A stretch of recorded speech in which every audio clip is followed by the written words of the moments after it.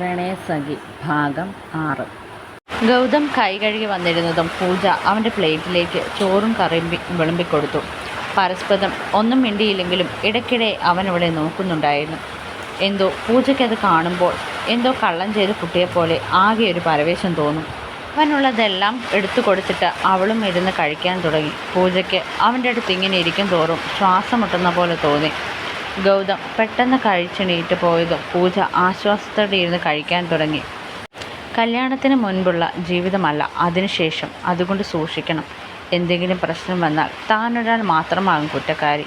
പൂജ മനസ്സിൽ പറഞ്ഞുകൊണ്ട് കഴിച്ചെണീറ്റു. അവൾക്ക് നല്ല പേടിയുണ്ട്.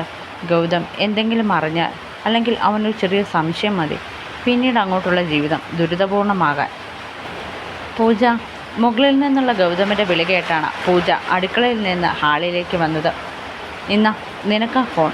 ഗൗതം മുകളിൽ നിന്നവളെ കണ്ടു വിളിച്ചു പറഞ്ഞതും പൂജ പെട്ടെന്ന് മുകളിലേക്കുള്ള പടികൾ ഓരോന്നായി കയറി. തൻ്റെ ഫോണിൽ വിളിച്ച് കിട്ടാത്തത് കൊണ്ടാവും ഇങ്ങോട്ട് വിളിച്ചത്. പൂജയ്ക്ക് തൻ്റെ വീട്ടിലെ ആരോട് സംസാരിക്കണമെന്ന് പോലുമില്ലായിരുന്നു. തൻ്റെ മനസ്സ് കാണാൻ കഴിയാത്തവരോട് അവിടുന്ന് പോന്നപ്പോൾ മുതൽ പൂർണ്ണമായും അകന്നു പോയിരുന്നവൾ. അവൻ്റെ ഫോൺ വാങ്ങിയതും കനപ്പിച്ചെന്ന് നോക്കിയിട്ട് ഗൗതം അകത്തേക്ക് പോയി. ഫോൺ കട്ടാക്കി വിട്ടാൽ വീണ്ടും വിളിക്കും. ഒട്ടും മിണ്ടാൻ താല്പര്യമില്ലാഞ്ഞിട്ടും പൂജ ഫോണെടുത്ത് ചെവിയിലേക്ക് വെച്ചു.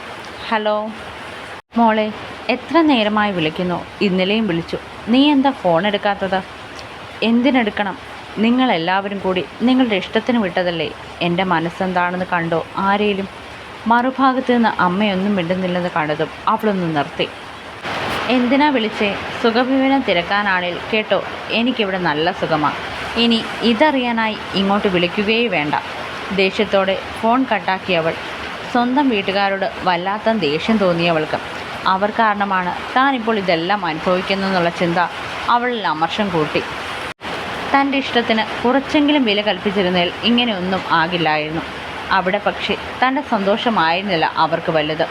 നിറഞ്ഞ കണ്ണുകൾ മെല്ലെ തുടച്ചു നീക്കി അവൾ മുറിയിലേക്ക് നടന്നു. ഒരു കണക്കിന് അവരും തൻ്റെ മനസ്സ് കണ്ടിരുന്നില്ല. ആരും. വന്നിട്ട് 2 ദിവസം പോലും ആയില്ല. അതിനു മുന്നേ നിൻ്റെ വീട്ടുകാർക്ക് നിന്നെ കാണാൻ പറ്റാതെ വയ്യേ? ഗൗതം കളിയാക്കി ചോദിക്കുന്ന കേട്ട് മുഖം കോട്ടിയവൾ. ഇയാളോട് മിണ്ടാൻ പോയാൽ ഇപ്പോഴുള്ള സമാധാനം കൂടി പോകും. ഫോൺ മേശപ്പുറത്തേക്ക് വെച്ചിട്ട് തിരിഞ്ഞതും മുന്നിൽ നിൽപ്പുണ്ട് ഗൗതം. നിങ്ങൾക്കെന്താ എന്നെ കാണുമ്പോൾ ഇങ്ങനെ ഓരോന്ന് പറഞ്ഞ് വരരുത്. എന്തൊരു സമാധാനക്കേടാണെന്നോ. അതിന് എനിക്കെന്താ? നീയായി തന്നെ നിൻ്റെ ജീവിതത്തിൻ്റെ സമാധാനം കളയാൻ നോക്കുമ്പോൾ അതിന് ഞാനെങ്ങനെ കുറ്റക്കാരനാകും? ഗൗതം എന്തോ അർത്ഥം വെച്ചതുപോലെ പറയുന്ന പോലെ തോന്നിയതും അവളുടെ മനസ്സിൽ ചെറിയ പേടി മുട്ടിട്ട് തുടങ്ങി. കിരൺ.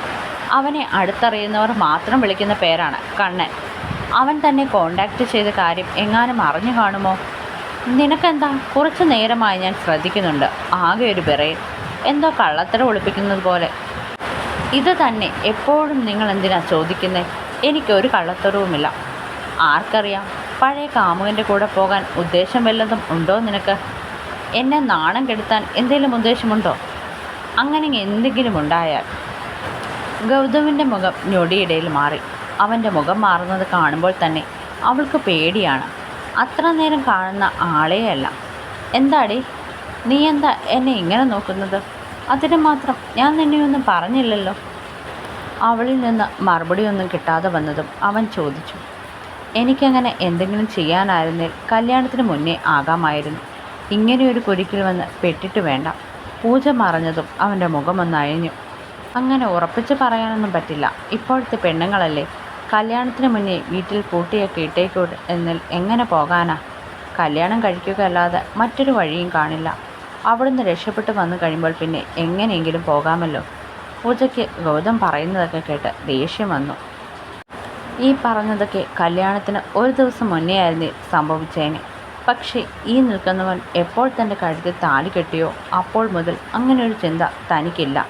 എല്ലാവരുടെയും കണ്ണീർ വീഴ്ത്തി ജീവിക്കാൻ ആയിരുന്നിൽ എന്തേലുമൊക്കെ ഇനിയും ചെയ്തേനെ. എന്തേ മിണ്ടാട്ടം മുട്ടിയോ? ഇത്രയും നേരം നല്ല നാക്കായിരുന്നല്ലോ. നിങ്ങളോട് സംസാരിക്കാൻ വന്നാൽ പിന്നെ ഉള്ള സമാധാനം കൂടി പോകും. അതുകൊണ്ട് ആളെ വിട്. ഞാൻ എങ്ങനെയെങ്കിലും ഇവിടെ കഴിഞ്ഞോളാം. ആരുടെയും കൂടെ പോകുമെന്നുള്ള പേടിയൊന്നും വേണ്ട. ഞാനായി നിങ്ങൾക്ക് ഒരു ബുദ്ധിമുട്ടും ഉണ്ടാക്കില്ല.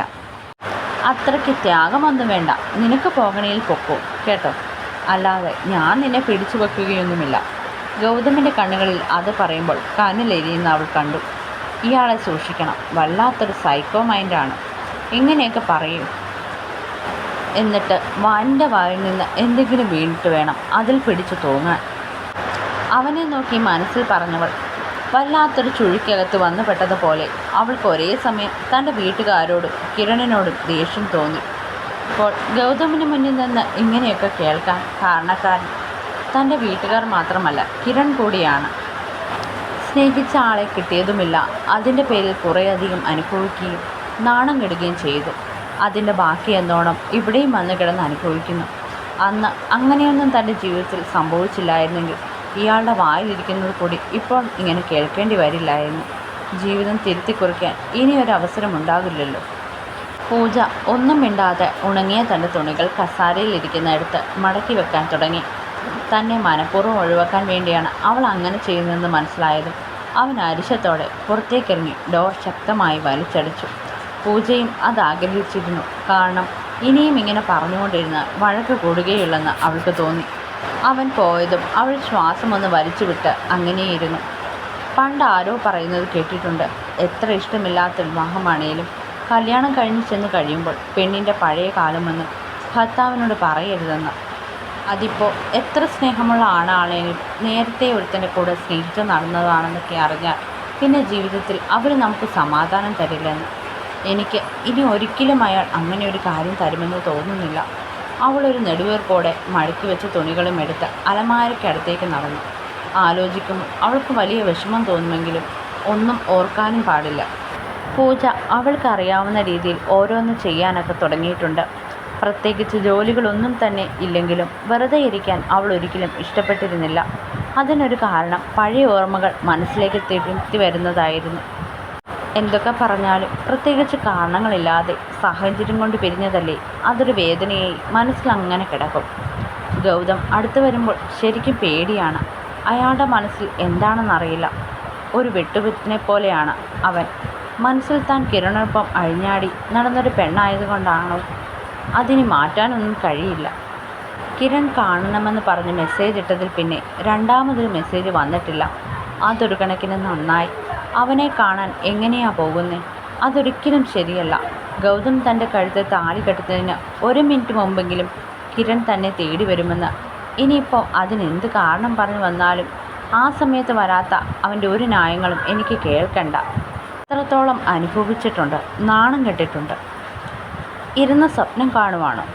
കാല് രണ്ടും നീട്ടിവെച്ച് താടിക്കും കൈകൊടുത്ത് എന്തോ ഗഹനമായ ആലോചനയിരിക്കുന്നവളെ കണ്ടാണ് ഗൗതം കിടക്കാനായി മുറിയിലേക്ക് കയറി വന്നത്.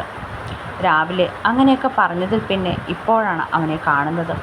അവനെ കണ്ടതും ചെറിയൊരു പരിമളത്തോടെ അവൾ കൈമാറ്റി ബെഡിൽ നിന്ന് ഇറങ്ങി എഴുന്നേറ്റ് നിന്നു. അയ്യോ, കണ്ടോ, ഇനി ഞാൻ ചോദിച്ചെന്ന് കരുതി സ്വപ്നം കാണാതെ ഇരിക്കുമൊന്നും വേണ്ട. അവൻ്റെ പരിഹാസം നിറഞ്ഞ വാക്കുകൾ അവളുടെ ഹൃദയത്തെ മുറിവേൽപ്പിച്ചു. തൻ്റെ മനസ്സിൽ ഇപ്പോൾ എന്താണെന്ന് ഇയാളോട് പറഞ്ഞാലും ഒരിക്കലും വിശ്വസിക്കില്ല. പറഞ്ഞിട്ട് കാര്യവുമില്ല.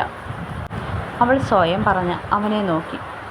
ഇന്ന് കള്ളും കൊന്നും കുടിക്കാതെയാണ് വന്നേക്കുന്നത്. രൂപവും കോലവുമൊക്കെ വളരെ കുഴപ്പമില്ലാതെ നിൽക്കുന്നത് കണ്ടവൾ മനസ്സിലാക്കിയിരുന്നു. നീ എന്താ എന്നെ ഇങ്ങനെ നോക്കുന്നേ?